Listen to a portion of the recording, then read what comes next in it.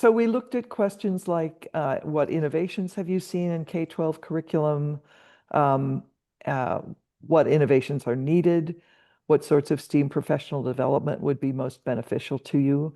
And I think the big takeaway that I have is Freddie was saying that teachers really don't know anything about creativity or the science of creativity, the discipline of studying creativity.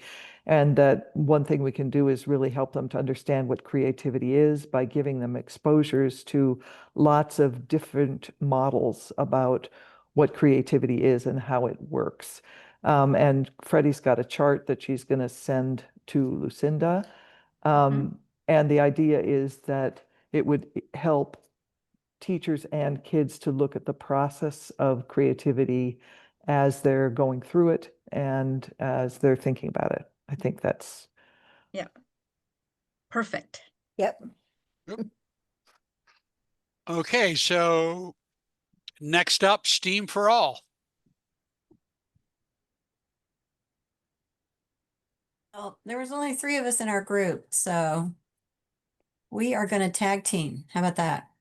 That would be great, but go Okay. ahead, Amanda. All right. So, first question we had is like, when I hear STEAM for all students, what comes to mind? And so, we talked about a couple of different things. One was making STEAM education accessible to every student. And do you want to jump in? Charles? Yeah, so it was just Amanda and I with Charles. And we were trying to figure out the whiteboard. So we just kind of are winging it here. We talked a little bit too about just, in different regions of the country. I'm in the Northeast, and there's, more focus on the conservative traditional disciplines. And so it's harder for me to get this rolling in my district. But I do, do a lot in my classroom. And just thinking about how we can reach all of our students, whoever they might be. So that was the first question. I'm trying to remember what the other questions were. Go ahead, Amanda. We talked about we talked about the barriers also, definitely unequal access to materials and technology with, limited funding. A lot of teachers don't receive training for STEAM teaching methods. And Kim, you talked about the different barriers that you have at your school, in your school district. Yeah, just there's lots of data driven just on math and ELA, and those seem to take up most of the bandwidth and the resources and the funding. And so, I'm teaching pre-K to second grade, so there isn't a science curriculum, although they do teach some science, but it's not a program. Same with social studies. The arts in my building are taught and called specials. So we are, kind of taking the plan time for teachers. And so it's just really hard to get that momentum going when, the arts should be the core and everything else should be specials.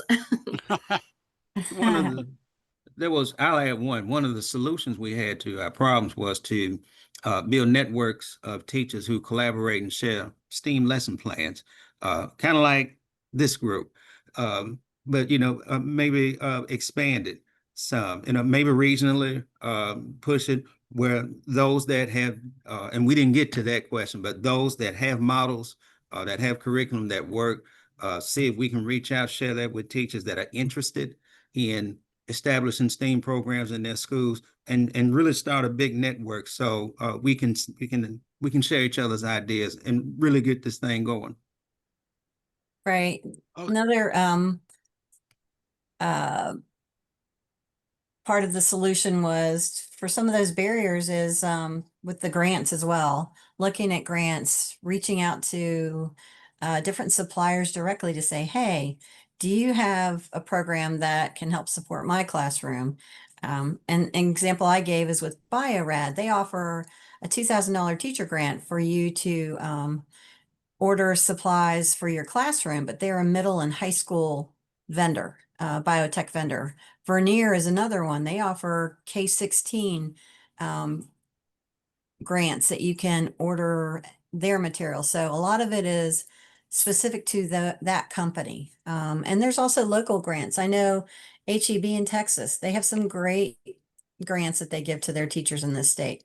So got to look outside the box from just government, obviously, these days. Okay. Thank you, STEAM for All. And on to advocating on behalf of your STEAM program. Jonathan. Ashley. Oh, me to share? Ashley. Okay, taking notes. So we kind of focused on the question, what success stories do we have? And I think common themes were kind of building on the network that you guys just mentioned, was involving community partners. So for me, I've really worked with like our PTO for enrichment endorsement and local families, but Skip shared a lot about his program, Music for Life, and how he partners with different schools in Virginia to build guitars. And I think the most interesting thing that he really talked about was having teachers, like that initial conversation was really tough. So instead they said, hey, teachers, you want to take this course and build your own guitar? And that completely flipped, I think, interest level, which was a really exciting thing to hear. And then Haley within museum education was sharing about how they got creative with different community connections and within their makerspace, how they've been kind of building on those and working with quantum tech. It was Perimeter Institute, I want to say. And they were really kind of thinking about puzzles and games and breaking down really difficult concepts for kids. And as the schools kind of came in, and they're looking to kind of pushing a little bit more arts focus in the future. And Jonathan was sharing a lot about just how like research also says community partners is really a great way. It's not necessarily just with our colleagues within our buildings, because sometimes that can be kind of tricky and time is of the essence. Really working with the outer community is another way to get those really enriching experiences going. So hopefully that was a good summary. Well done. Okay. Well done. All right. Intersections of formal and informal STEAM learning.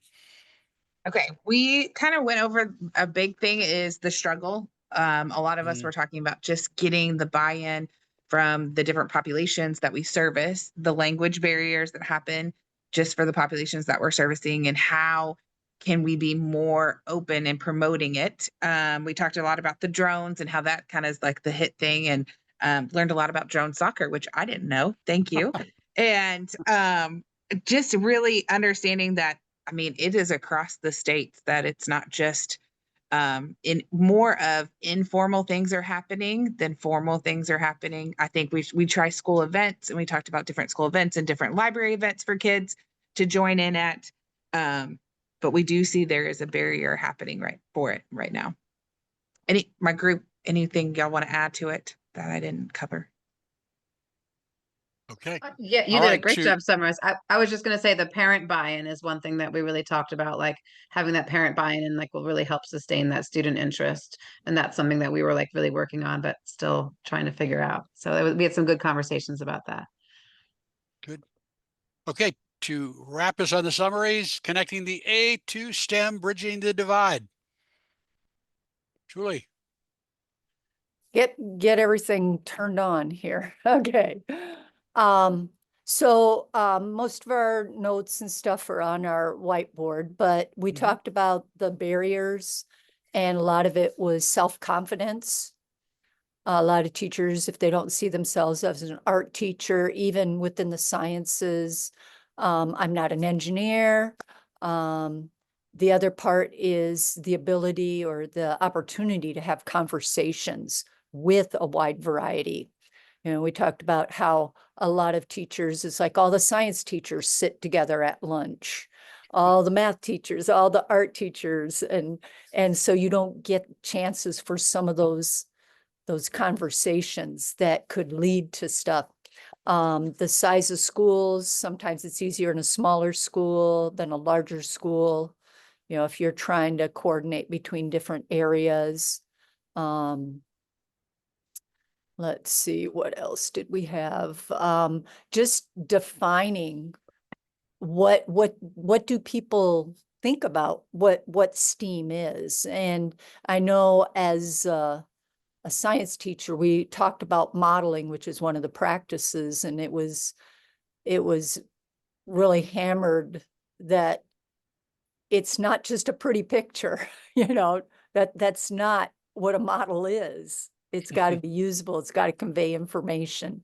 I would send my science fair students to the art teacher. I go, have her look at your boards. You know, have the English teacher look at your boards, have the math teacher. Everybody had to look at their boards, their posters before they, you know, something like that. Yeah,